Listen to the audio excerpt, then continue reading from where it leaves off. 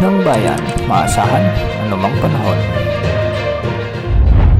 Gandang gabi po sa ating lahat. Narito ang update sa lagay ng panahon ngayong araw ng Huwebes, April 4, 2024 hanggang bukas araw ng Biyernes, April 5, 2024. Sa ngayon ay may bagong weather system tayong minomonitor. Ito ang trough ng low pressure area na nakakaapekto ngayon sa may Soc-Sargen at sa Davao region sa Mindanao. Patuloy pa ring makakaapekto ang ridge ng high pressure area ngayong araw sa eastern sections ng Northern Luzon. Ito naman ang magdadala ng tuyo at mainit na panahon sa mga nasabing lugar.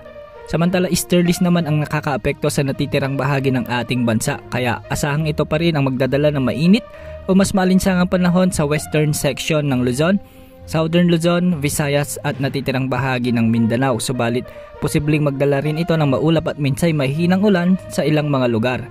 Ngayong araw ay pumalo sa 44 degrees Celsius ang pinakamataas na heat index sa Tuguegarao City sa Cagayan at sa Catarman, Northern Samar.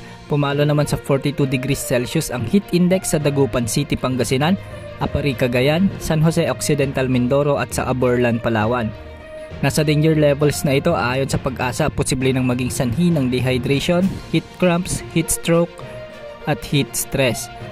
Bukas araw ng Biyernes, posibleng umabot ang pinakamataas na heat index sa 43 degrees Celsius sa may Tuguegarao City, Cagayan at sa Aborlan, Palawan.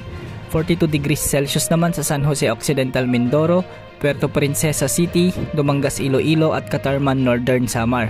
Posible ring pumalo sa 41 degrees Celsius sa Dagupan City, Pangasinan, Subic Bay, Olongapo City, Sangley Point sa Cavite, Mambusaw, Capiz, Iloilo City, Dumangas, Iloilo, La Carlota, Negros Occidental, Catbalogan, Western Samar, Borongan, Eastern Samar, Tacloban, Leyte, Zamboanga City at Cotabato City. Para sa tayo ng panahon ngayong gabi sa natitirang bahagi ng Luzon ay asahan ng malinis na kalangitan at maliwalas na panahon at mababa naman ang tsansa ng pag-ulan maliban na lamang sa mga isolated rains sa may Bicol Region at Quezon Province. Asahan naman ang magandang panahon ngayong araw sa malaking bahagi ng Metro Manila, mababa ang tsansa ng pag-ulan kasama na ang Calayan Islands at ang Palawan. Sa Visayas mababa naman ang tsansa ng pag-ulan sa halos buong maghapon, ngunit posible ang mga kalat-kalat na pag-ulan sa may Samar at Leyte ngayong gabi. Sa ngayon magiging maulap na may minsang malalakas na pag-ulan ang mararanasan sa southern sections ng Mindanao. Ito ay dahil sa patuloy nating minomonitor na mahinang low pressure area. Inaasang magdadala ito ng mahihina o minsay malalakas na pag-ulan simula ngayong araw.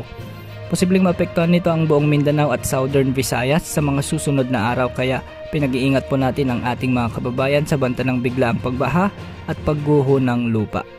Yan po ang update sa lagay ng panahon ngayong araw. Ito po ang weather update ng bayan, maasahan anumang panahon.